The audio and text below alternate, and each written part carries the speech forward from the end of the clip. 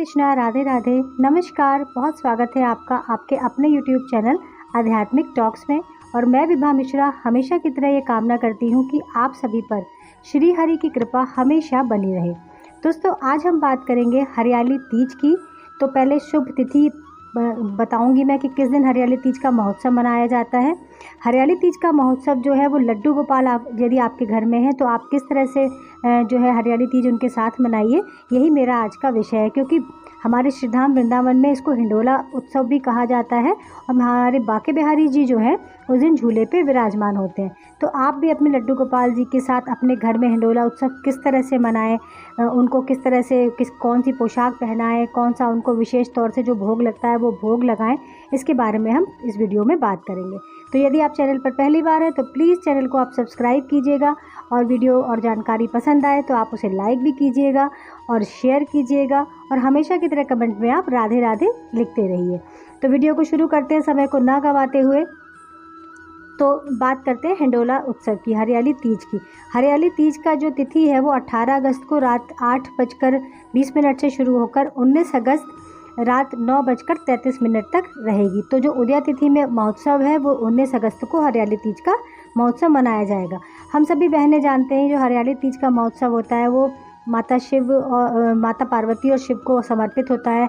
माता ने इसी महीने में जो है घोर तपस्या करके भगवान शिव को प्राप्त किया था, तो ये उसके लिए भी समर्पित होता है। और ये हमारे जो है हमारे बाके बिहारी जी को भी, हमारे लड्डू गोपाल जी को भी समर्पित होता है। क्योंकि साल में एक बार हमारे जो बाके बिहारी जी हैं वो झूले पे विराजमान होते हैं और एक दिन का महोत्सव वहाँ पर हिंडोला महोत्सव बोलते हैं, उसको झूलन महोत्सव बोलते हैं, वो चलता है। तो आप अपने घर में भी, यदि आपके पास लड्डू गोपाल जी हैं तो आप भी ये महोत्सव अपने घर में मना सकते हैं। देखिए, हम जैसे कोशिश करें तो हमारे घर में भी हम अपने वृंदावन जैसा माहौल बना सकते हैं, उसको अनुभव कर सकते हैं, उसके अपने लड्डू गोपाल जी के संग मना सकते हैं।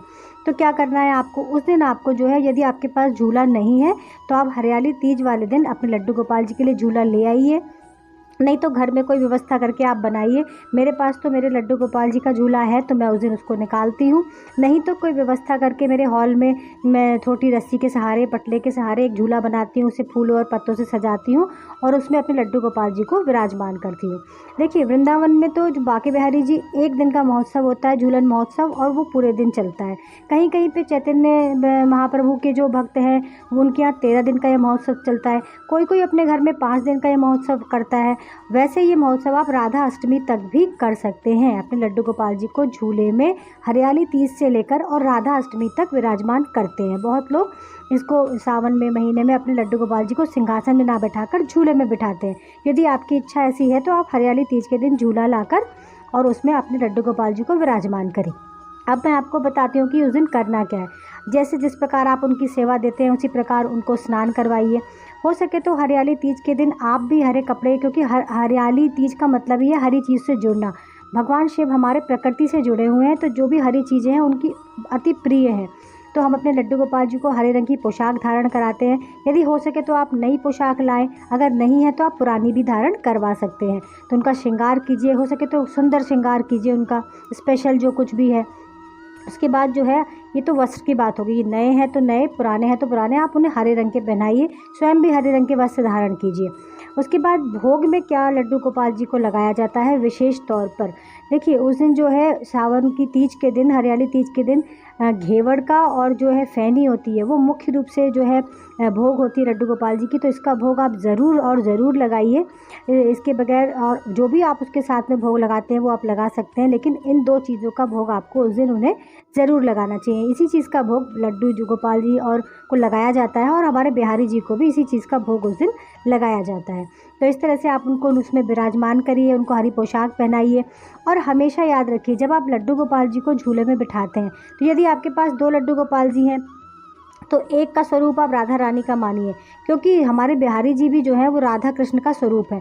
कभी भी आप झूला झुलाएं तो आपके मन में ये हमेशा भावना रहे कि आप लाडली जी के साथ उन्हें झूला झुला रहे हैं।